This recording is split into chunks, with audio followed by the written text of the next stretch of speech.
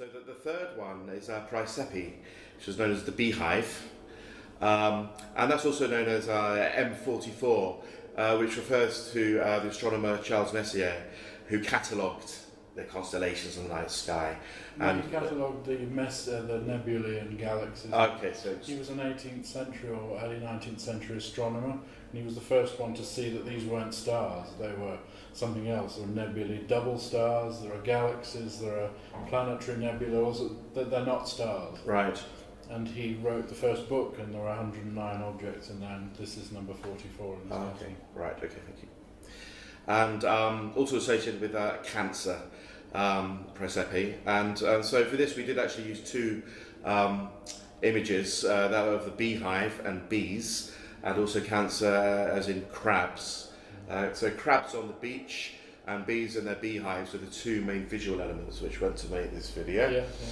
And again, we felt with this song that we achieved something which was very effective. We came up with just a two-word phrase for this: nervous vibrations. Yes.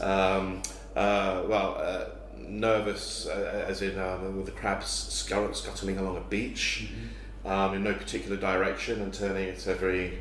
You came up with a very good phrase: buzzing and scuttling. I thought buzzing and scuttling. That's right. Very buzzy and scuttly sort of piece. That's right. Yes. And again, the music captures that with I think in this case some tremolo also for the bow technique, and wide vibrato sort of. And the vibrato technique, which again, going back to what you were saying about new techniques, and it's one which really I haven't done before. I very often used wide vibrato as a string player, but not quite this wide. And so when I saw the notation on the page, which was effectively, a line, an oscillating line going up and down, but increasing in its height. That suggests to me, obviously, I need to move my finger further up and downwards with each oscillation. And so that turned into more than the vibrato, and actually more of a moving between pitches as far as a minor third or a major third apart, often.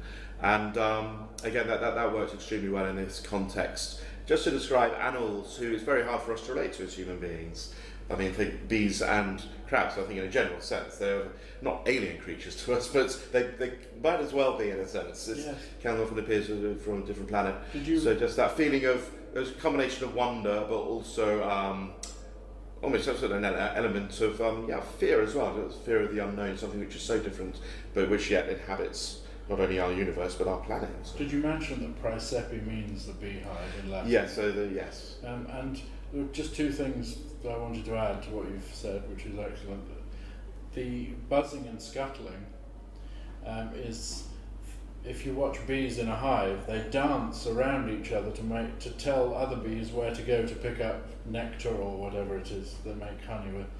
And that sort of movement of the dancing I tried to get in particularly the woodwind parts. Yes. The one thing we haven't said, of course, so far is it's an orchestra without strings except the viola. So there's a big woodwind section, a big brass section, a lot of percussion, including some Thai percussion, Thai woodwind instruments from Thailand.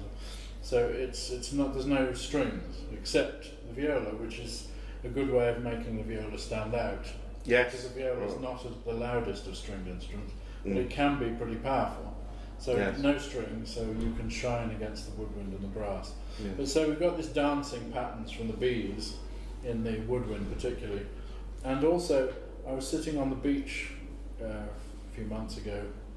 a few months ago, because it's written quite a while ago now, and I watched these tiny little crabs scuttering across the beach. That one went that way, and that one that way, and disappeared into their holes. So I tried to get that sort of playful play of the crabs on the sand. And of course, the crab in certain poses can be quite comical, and I think we captured a bit of the humour of the crab in this piece. Absolutely, it's not all heavy, serious stuff. At the same time, it's knowing that the crabs or crabs themselves are not intending to be comical. No, of course not. So that's very much part of that effect. There's one effect in the video where this one stops and looks at you in the camera, which is quite it's comical. And there's very near the end of this video, there's that moment where the scuttling crab stops mid-screen, looks up at the camera with its two tiny eyes, you have absolutely no idea what it's thinking, except possibly, is it feeling threatened? Is it in danger? Probably. Because that's really what I think in nature, what life is really all about.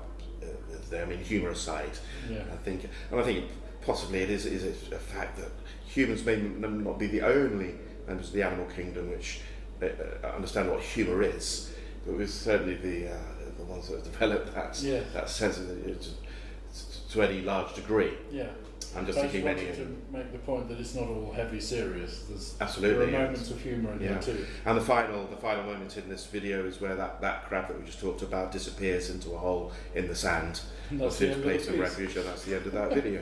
Yeah. So that's just fitting into that one.